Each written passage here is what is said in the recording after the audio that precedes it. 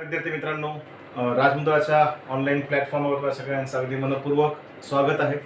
तुम्हाला माहिती आहे की आपण एक व्हिडिओ सिरीज चालू केलेली आहे ज्यामध्ये आपण अर्थशास्त्रामधल्या बेसिक अशा संकल्पना स्पष्ट करतोय. या अगोदर 2 आपले व्हिडिओ लेक्चर आलेले आहेत. त्याच्यामध्ये आपण अगोदर मनी मल्टिप्लायर नावाची संकल्पना स्पष्ट केली आहे आणि त्याच्या अगोदर पतनिर्मिती क्रेडिट क्रिएशन नावाची संकल्पना सांगितलेली आहे. तर आजच्या लेक्चरला आपण एका वक्राची माहिती पाहणार आहोत. आजच्या या व्हिडिओ लेक्चरमध्ये 2 वक्र आपण कव्हर करणार आहोत. त्यापैकी हा लाफेर वक्र एक आहे आणि दुसरा लॉरेन्झ हा वक्र आहे. तुम्हाला माहिती असेल की आयोगाचे यावर आतापर्यंत 3-4 वेळा प्रश्न पडलेले आहेत, लाफेर वक्रावर सुद्धा आणि लॉरेन्झ वक्रावर सुद्धा. तर वक्राची माहिती आपल्याला घ्यायची आहे. ठीक आहे, बघा मित्रांनो, हा वक्र कुणी मांडलाय, याची हिस्टॉरिकल बॅकग्राऊंड काय आहे, त्यानंतर परत हा वक्र नेमकं काय दर्शवतो, कोणत्या 2 चलाचा संबंध हा या वक्रामध्ये आहे, ह्याच्याविषयी तुम्हाला आजच्या या व्हिडिओमधनं माहिती मिळणार आहे. तुम्ही पहा, जास्तीत जास्त मित्रांपर्यंत व्हिडिओ शेअर करा, सबस्क्राईब करून ठेवा, जेणेकरून तुम्हाला पुढच्या व्हिडिओचं नोटिफिकेशन मिळत जाईल. टेलिग्राम चॅनलवर देखील नोटिफिकेशन तुम्हाला मिळेल. ओके, चलो ठीक आहे. आपण चालू करू वक्र. लाफेर वक्र हा वक्र कुणी मांडलेला आहे, तर ऑर्थर लाफेर यांनी हा वक्र मांडलेला आहे. ऑर्थर लाफेर यांनी हा वक्र मांडलेला आहे. कधी मांडलाय, 1978 मध्ये हा वक्र मांडलेला आहे. 1978. पण 1978 मध्ये एक नॅशनल अफेअर्स नावाचं एक मासिक आहे, जे अमेरिकन मासिक आहे. तर त्याच्यामध्ये हा वक्र पहिल्यांदा प्रकाशित केला गेला होता. नॅशनल अफेअर्स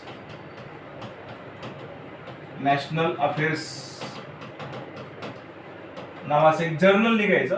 त्या जर्नल मध्ये पहिल्यांदा ऑर्थर लाफेर यांनी 1978 ला एक नोट लिहून प्रकाशित केली होती. त्या नोटमध्ये त्यांनी पहिल्यांदा या लाफेर वक्राची माहिती प्रकाशित केली होती. ठीक आहे, पण लाफेर वक्र सुरुवातीला ह्यांनीच मांडलाय असं नाही, तर हिस्टॉरिकल बॅकग्राऊंड पाहताना अजून काही लोकांची नाव याच्यामध्ये येतात. यामध्ये इब्न नाव बघा, इब्न काय आहे, खलुदून आहे. इब्न खलुदून हे 14व्या शतकामध्ये तत्ववेत्ते आहेत. तर यांनी एका पुस्तकामध्ये कर कशा असावेत याची माहिती दिलेली आहे. ठीक आहे, ते एक पुस्तक लिहिलं होतं त्यावेळेला. त्या पुस्तकाचं नाव काय होतं, तर मुकादिमह नावाचं एक पुस्तक लिहिलं. हे कोण आहे, तर इब्न खलदून. हे त्यावेळेचे 14व्या शतकामधले 14वे शतक त्यावेळेचे तत्ववेत्ते आहेत. ठीक आहे, या तत्ववेत्त्यानं मुकदिमह या पुस्तकामध्ये किंवा ग्रंथामध्ये पहिल्यांदा एका राजसत्तेनं कर कसे वसूल करावेत त्याच्याविषयी माहिती दिली होती. ते काय म्हणतात, कर वसूल करताना कमीत कमी करचे दर असतील तर जास्तीत जास्त महसूल मिळतो. कराचा दर कमी असेल तर मिळणारा महसूल जास्त असतो, आणि जर कराचा दर हा जास्त असेल तर मिळणारा महसूल हा कमी कमी होत जातो. अशा प्रकारचं विधान पहिल्यांदा या पुस्तकामध्ये केलेलं होतं. त्याच्यानंतर या संकल्पनेविषयी आणखी माहिती कुणाची माहिती आहे, तर ॲडम स्मिथ जे अर्थशास्त्र जनक आहेत, ॲडम स्मिथ यांनी देखील या वक्राच्या विषयी किंवा कर कशा असावेत त्याच्याविषयी मार्गदर्शन केलेलं आहे किंवा त्यांनी माहिती लिहिलेली आहे. त्यानंतर लॉर्ड जे.एम. केन्स, तुम्हाला माहिती आहे की हे स्थूल अर्थशास्त्राचे जनक आहेत. त्यांनी 1936 मध्ये एक पुस्तक प्रकाशित केलं होतं, the general theory of employment, interest and money नावाचं. या पुस्तकात केन्स यांनी कर कशा असावेत याच्याविषयी माहिती दिलेली आहे. ठीक आहे, म्हणजे लाफेर वक्र हा पहिल्यांदा जरी लाफेर यांच्या नावाने प्रकाशित केला गेला असला तरी ह्याच्या अगोदर ऐतिहासिक पार्श्वभूमी म्हणून सुरुवातीला इब्न खलूद यांनी माहिती दिलेली आहे, जे 14व्या शतकातले कोण आहेत, तत्ववेत्ते आहेत. यांनी मुकादिमह नावाचा ग्रंथ आहे. या ग्रंथामध्ये पहिल्यांदा कर कशा असावेत याचं स्पष्टीकरण दिले. ते काय म्हणतात, कराचे दर, ठीक आहे, कराचे दर हे जर कमी असतील तर मिळणारा महसूल कसा असेल, जास्त असेल. या ग्रंथानुसार की या उलट कराचे दर हे जर जास्त असतील मिळणारा महसूल कमी होतो. सरकारने कर कशा आकारावेत, तर कराचा दर जो आहे तो कमीत कमी असावा. जेवढा कर कमी असेल तेवढा महसूल जास्त मिळतो. बरोबर, हे पहिल्यांदा या पुस्तकात सांगितलं. त्यानंतर परत ॲडम स्मिथ आणि लॉर्ड केन्स यांनी सुद्धा कराच्या विषयी माहिती दिलेली आहे. मग खऱ्या अर्थाने आता ही संकल्पना कुणाच्या नावाने ओळखली जाते, तर सध्या ही संकल्पना ऑर्थर लाफेर यांच्या नावाने ओळखली जाते. त्यावरच नाव पडले लाफेर वक्र. ठीक आहे, ऑर्थर लाफेर यांनी काय केलं होतं, 1978 ला एक जर्नल आहे नॅशनल अफेअर्स नावाचं.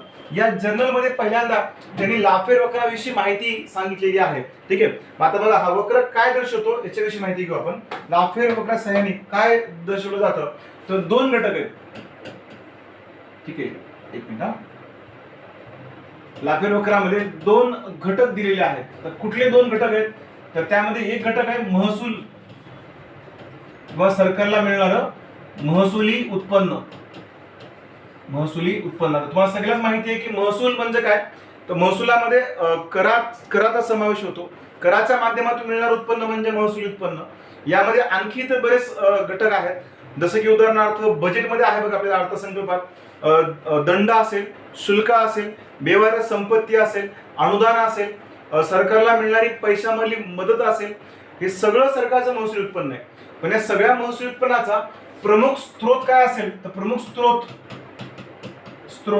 हा कर आहे मित्रांनो. कर ही सरकारच्या उत्पन्नाचा प्रमुख स्त्रोत आहे. मग हा वक्र स्पष्ट करण्यासाठी लाफेर वक्र स्पष्ट करण्यासाठी एक घटक विचारामध्ये घेतला गेला ते म्हणजे सरकारचं महसुली उत्पन्न. ओके, आता दुसरा घटक कुठला आहे तर कराचे दर आहेत. कराचे दर या दोन घटकाचा सहसंबंध जोडलेला आहे. ठीक आहे, कराचे दर आणि महसुली उत्पन्न या दोन्हीचा सहसंबंध काय हे सांगायचा प्रयत्न लाफेर वक्रामध्ये केलेला आहे. मग कराचे दर कशा असावेत त्यासाठी त्यांनी एक आकृती पण सांगितलेली आहे. बघा आकृतीच्या साहाय्याने आपण वक्र समजून घेऊया. ठीक आहे, आकृती बघा, हा एक वक्र आहे. या वक्राला आपण ओ वाय असं नाव देऊ आणि हा ओ एक्स वक्र असेल. ठीक आहे, ओ एक्स आणि ओ वाय. इकडं ओ वाय वक्रावर काय दर्शवायचं आहे तर महसुली उत्पन्न दर्शवायचं आहे आपल्याला. सरकारला प्राप्त होणारं उत्पन्न महसुली उत्पन्न म्हणजे कराच्या माध्यमातून मिळालेलं उत्पन्न ह्यालाच काय म्हणतात महसुली उत्पन्न, जे आपण आर नावाने दर्शवतो. R for revenue. ठीक आहे, पण खाली काय असेल तर ओ एक्स अक्षावर कराचे दर आहेत. ओ एक्स अक्षावर कराचे दर आहेत. ठीक आहे, आता लाफेर वक्र दर्शवतो काय ते दोन चलाचा सहसंबंध दर्शवायचा आहे. ठीक आहे, मग समजा सुरुवातीला शून्यापासून जर कराच्या दराला सुरुवात झाली असेल. ठीक आहे, आता आपल्याकडे सध्या कर कसे आहेत तर भारतामधली कर प्रणाली ही पुरोगामी स्वरूपाची कर प्रणाली आहे. पुरोगामी कर म्हणजे भारतीय लोकांचं उत्पन्न वाढत गेलं की कर वाढत जातात. ठीक आहे, आपल्याकडे 0%, 5%, त्याच्यानंतर परत 10%, 15%, 20%, 25% आणि 30%. मागे कंबाईन गट बला हा प्रश्न पडला होता बघा. भारतात कराचा कमीत कमी दर आणि कमाल दर काय आहे. कमीत कमी 5% आणि कमाल 30% कर आहे. आता बघा इथं 2.5 लाख उत्पन्न असेल तर कर 0%. उत्पन्न समजा 5 लाख असेल उत्पन्न आहे समजा आणि हा करचा दर आहे. उत्पन्न समजा 5 लाख असेल तर 5% कर. उत्पन्न 7.5 लाख असेल तर 10% कर. उत्पन्न 10 लाख असेल तर 15% कर. उत्पन्न 12.5 लाख असेल तर 20% कर आणि उत्पन्न 15 लाख असेल तर 25% आणि 15 लाखाच्या पुढे उत्पन्न असेल तर 30% कर आहे. म्हणजे काय बघा भारतामध्ये उत्पन्न वाढत गेलं की करामध्ये काय होतं वाढ होत जाते. जेवढं उत्पन्न वाढत जाईल तेवढा कर वाढत जातो. ठीक आहे, हे भारतीय कराच्या बाबतीत. आपण काय बघतोय लाफेर वक्र काय दर्शवतो. लाफेर वक्राच्या मदतीनं आपल्याला एवढं दर्शवायचं आहे. समजा कराचा दर हा कमी असेल, कमी दर असताना उत्पन्न कमी असेल. समजा 10% कराचा दर आहे. उत्पन्न समजा 10 इतकं उत्पन्न असेल किंवा काय म्हणा आपण त्याला 100 कोटी महसूल असेल. ठीक आहे, कोटी मध्ये दिला समजा 100 कोटी. उत्पन्न समजा खर्चा दर 20% केला असेल. समजा काय आपल्याला तिथं मिळणार उत्पन्न समजा 200 कोटी उत्पन्न मिळतंय. हे आकडे काल्पनिक आहे ना, समजून घेण्यासाठी आकडे मी देतोय. ठीक आहे, समजा खर्चा दर हा 30% असेल. 30% समजा की 300 कोटीचं उत्पन्न मिळतंय. ठीक आहे, खर्च दर समजा 40% झाला असेल. उत्पन्न नंतर वाढत नाही, उत्पन्न कमी होईल. ठीक आहे, असं वक्र आहे बघ, असं वक्र दिलेलं आहे. ठीक आहे, आता हा वक्र म्हणजेच लाफेर वक्र असेल. या वक्राचं नाव काय तर हा लाफेर यांनी मांडलेला वक्र आहे. त्याला लाफेर वक्र असं म्हणतात. राईट, बघा लाफेर वक्र काय दर्शवतोय. सुरुवातीला जर कर कमी असतील तर मिळणारा महसूल कमी, कर कमी महसूल कमी. जसजसे कर वाढत जातात करामध्ये वाढ होत जाते. 10 किंवा 15 असेल समजा 20, 25, 30. जसे जसे कर वाढतील तसं तसं सरकारचं महसूल पण वाढत जाईल. ठीक आहे, करामध्ये वाढ झाली महसुलामध्ये वाढ होईल. ओके, समजा इथं विचार करू आपण 20% इतकं 20% कराचा दर आहे, मिळणारा महसूल समजा एवढा 300, कराचा दर आणखी वाढला समजा 30% झाला असेल, 30%, राईट. मग आता इथं मिळणारा महसूल किती असेल, समजा की उदाहरणार्थ इथं मिळणारा महसूल आहे समजा एक 350 कोटी, 350 कोटी, राईट. मग आता या उपर समजा हा जो बिंदू आहे, या बिंदूला इथे नाव देऊ आपण, ह्याला असं टी पॉइंट देऊ, टी, ठीक आहे. मग आता टी बिंदूला मिळणारं उत्पन्न सर्वात जास्त उत्पन्न असेल. सुरुवातीला कर कमी, उत्पन्न कमी, कर वाढत गेले, उत्पन्न वाढत जाईल, बरोबर. मग नंतर एका विशिष्ट बिंदू नंतर मध्यामध्ये आल्याच्या नंतर हे सेंट्रल पॉइंट आहे समजा, हे 30% कराला आपल्याला सर्वात जास्त महसूल मिळतोय. या उपर जर कर वाढवले तर मात्र सरकारचं महसूल उत्पन्न वाढत नाही तर ते कमी होईल, ठीक आहे. कारण काय होतं बघा, जेवढे कर वाढत जातील कर चुकीगिरी वाढू लागते, राईट. समजा 30% वरून कर पुन्हा पुढे वाढवला तर आता पुढे काय होईल, जर 30%च्या पुढे म्हणजे एका विशिष्ट बिंदू नंतर ह्या सर्वोच्च बिंदूला मिळणारा महसूल जास्त आहे, यानंतर जर कराच्या दरात वाढ केली तर मिळणारा महसूल काय होईल, कमी कमी होईल. समजा 40% कर केला, आता महसूल किती मिळेल, समजा 250 कोटीच महसूल मिळेल. इथं समजा 250 कोटीचा आकडा आहे, ठीक आहे, 250 कोटी महसूल मिळेल. अजून कर वाढवला, अजून महसुलामध्ये कपात होईल, कमी होईल. जेवढा कर वाढत जाईल तेवढा महसूल उत्पन्न काय होईल, कमी कमी होतं. मग लक्षात घ्या, सुरुवातीला जेव्हा कराचे दर कमी असतात महसूल उत्पन्न कमी असेल, कराचे दर वाढत गेले की महसूल उत्पन्न वाढत जाईल. एका विशिष्ट बिंदूला या आकृतीनुसार हा जो टी बिंदू आहे हे सर्वोच्च महसुली उत्पन्न दर्शवतो, राईट. यानंतर जर कराच्या दरात वाढ झाली तर मात्र सरकारला मिळणारं महसूल उत्पन्न हे वाढत नाही तर काय होईल, कमी कमी होत जाईल. मग कर कसे आकारावेत, ज्या बिंदूला सरकारला सर्वोच्च उत्पन्न मिळतं त्या बिंदूनंतर सरकारने कराच्या दरामध्ये वाढ करू नये हे दर्शवणारं वक्र म्हणजेच लाफेर यांचा वक्र असेल. की लाफेर वक्रामध्ये हे एवढं महत्वाचं आहे. यामध्ये दोन चल महत्वाचे, एक म्हणजे सरकारचं महसुली उत्पन्न आणि दुसरा सरकारचा कर आहे, ठीक आहे. कराचे दर आणि महसूल उत्पन्न, कर सुरुवातीला वाढत जातात तसं महसूल उत्पन्न वाढत जातं. एका विशिष्ट बिंदूला विशिष्ट कराच्या दरावर सरकारला सर्वोच्च उत्पन्न मिळतं. त्या सर्वोच्च उत्पन्नाच्या बिंदूनंतर जर सरकारने कराच्या दरामध्ये वाढ केली तर मिळणारा सरकारचा महसुली वाटा जो आहे तो कमी कमी होत जातो, ठीक आहे. मग या बिंदूनंतर कर आकारू नयेत अशा प्रकारे दर्शवणारा हा वक्र आहे लाफेर वक्र, तो तुमच्या लक्षामध्ये आला असेल. जो ऑर्थर लाफेर यांनी मांडला, अतिशय छोटी संकल्पना आहे पण चटकन लक्षामध्ये येते, ठीक आहे. बऱ्याच वेळा परीक्षेला विचारतात बघा की लाफेर वक्र काय दर्शवतो, तो दोन चल महसूल उत्पन्न आणि कराचे दर या दोन्हीचा सहसंबंध दर्शवणारा वक्र म्हणजे लाफेर वक्र असेल, ठीक आहे. तुम्हाला याच्याविषयी काही क्वेश्चन असेल तर कमेंट बॉक्स मध्ये क्वेश्चन करा, 100%चं उत्तर तुम्हाला देईन मित्रांनो, राईट. क्लिअर एवढा पॉईंट.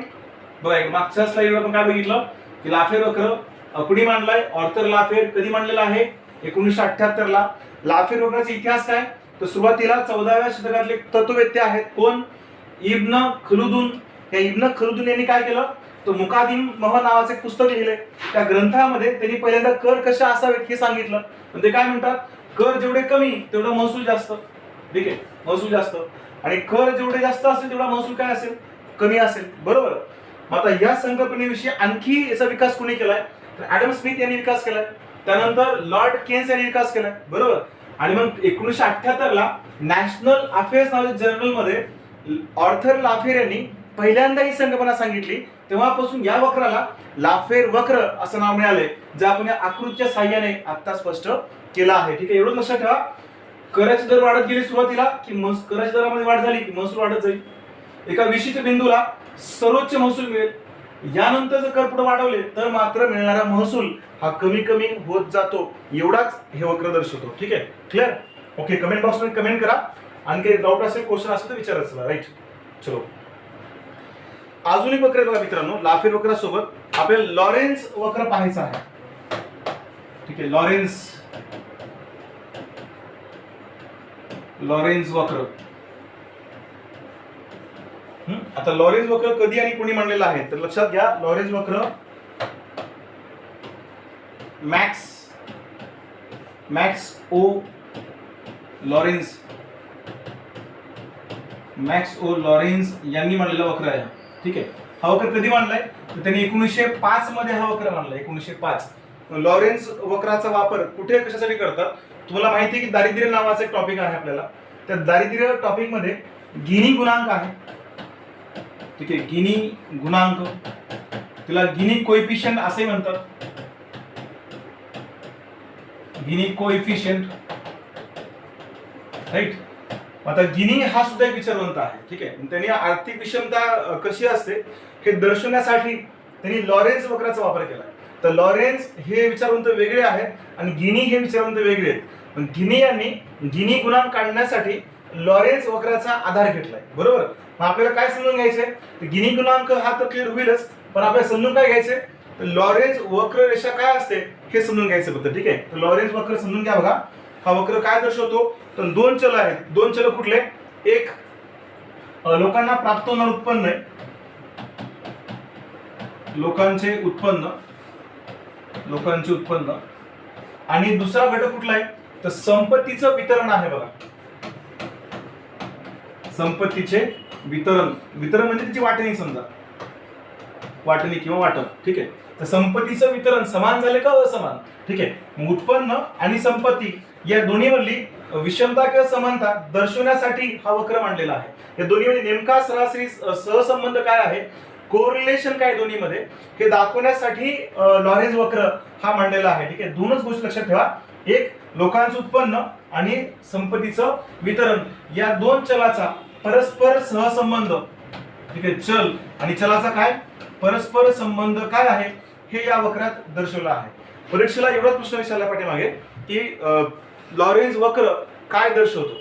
लॉरेन्झ वक्रामध्ये दोन गोष्टी आहेत, एक लोकांचं उत्पन्न आणि दुसरं काय संपत्तीचं वितरण. हे समान झाले का असमान हे दर्शवण्यासाठी लॉरेन्झ वक्राचा आधार घेतला जाईल, ठीक आहे.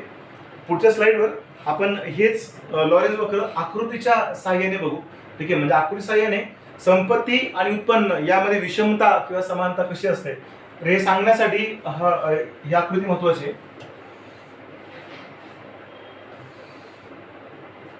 ठीक आहे. समजा इकडं ओ एक्स अक्ष असेल, समजा ओ पॉईंट इथं गृहीत धरू आपण, समजा ओ एक्स अक्ष आहे आणि हा समजा ओ वाय अक्ष आहे, ओ वाय. इकडं संपत्तीचं वितरण दिलेलं आहे, संपत्तीचे वितरण किंवा लोकांना प्राप्त होणारा उत्पन्नाचा वाटा आहे, उत्पन्नाचा काय वाटा.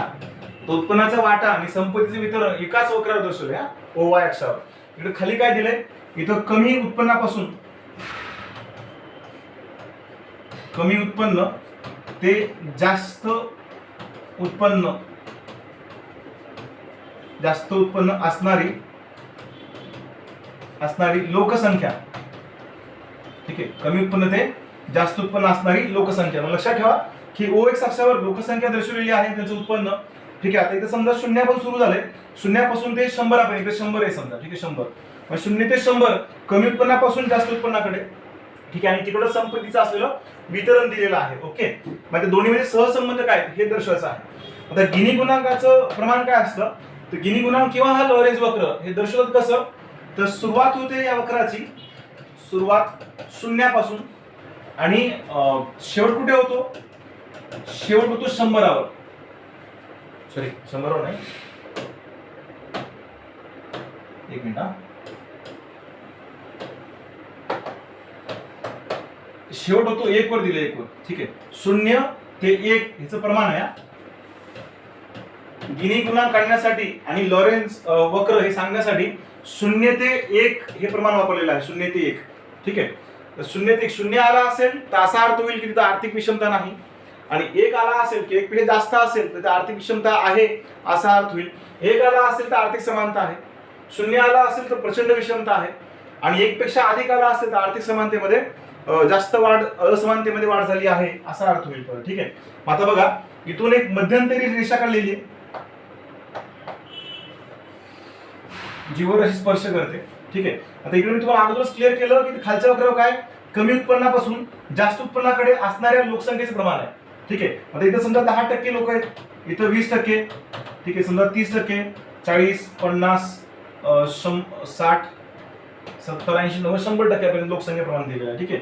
आणि इकडे उत्पन्नाचा वाटा आहे, ठीक आहे, उत्पन्नाचा वाटा आहे, ठीक आहे. बघा आता 10% लोकांकडे, इथं संपत्ती समजा 10% लोकांकडे उत्पन्न कमी आहे, समजा की आपण जर वाटा किती 20% उत्पन्न असेल, ठीक आहे, किंवा 10% 20% उत्पन्न आहे, अजून समजा 20% लोकांकडे एकूण उत्पन्न समजा 40% आहे, 40%.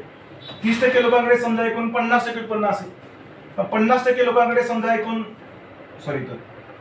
इथं 50 आकडा घेऊ आपण, या आकडे काल्पनिक आहेत, लक्षात घ्या.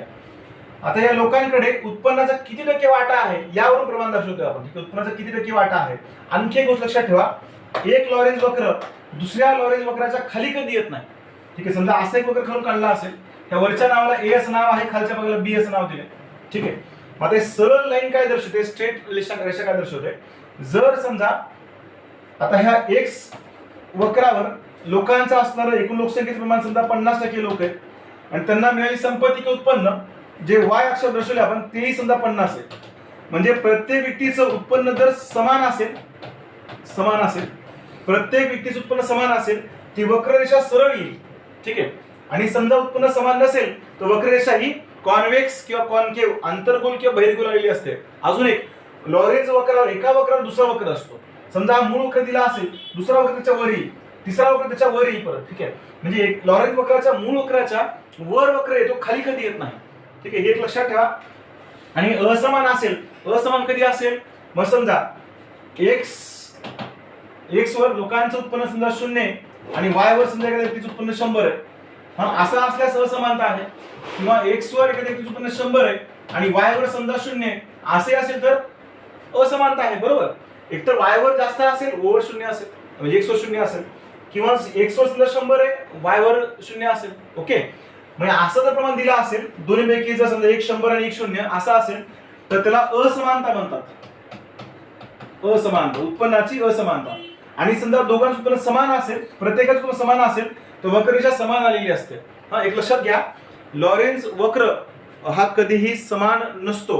ठीक आहे, त्याच्यामध्ये विषमता ही निर्माण झालेली असते, कारण सतत चालणारा तो वक्र असतो. खंडित पदमाला वापरलेली असते. लक्षात काय ठेवायचंय, तेवढं लक्षात ठेवा, या वक्रामध्ये दोन गोष्टी दर्शवल्या, एक लोकांचं उत्पन्न आणि लोकांकडे असणारी संपत्ती.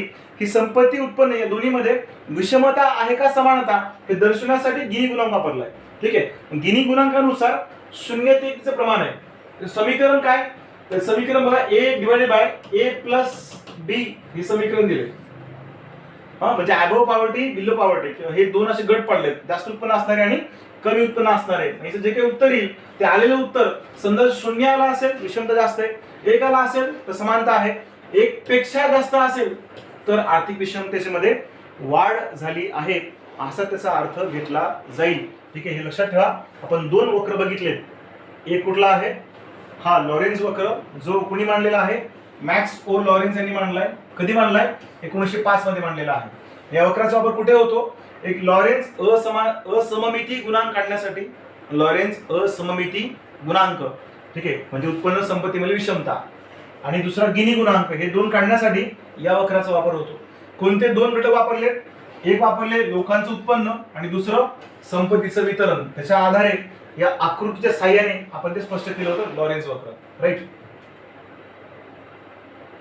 त्यानंतर आपण पहिला वक्र कुठला बघितला, लाफेर वक्र. हा काय दर्शवतो, लाफेर वक्र हा कुणी मांडलाय, तर ऑर्थर लाफेर 1978 ला मांडलेला आहे.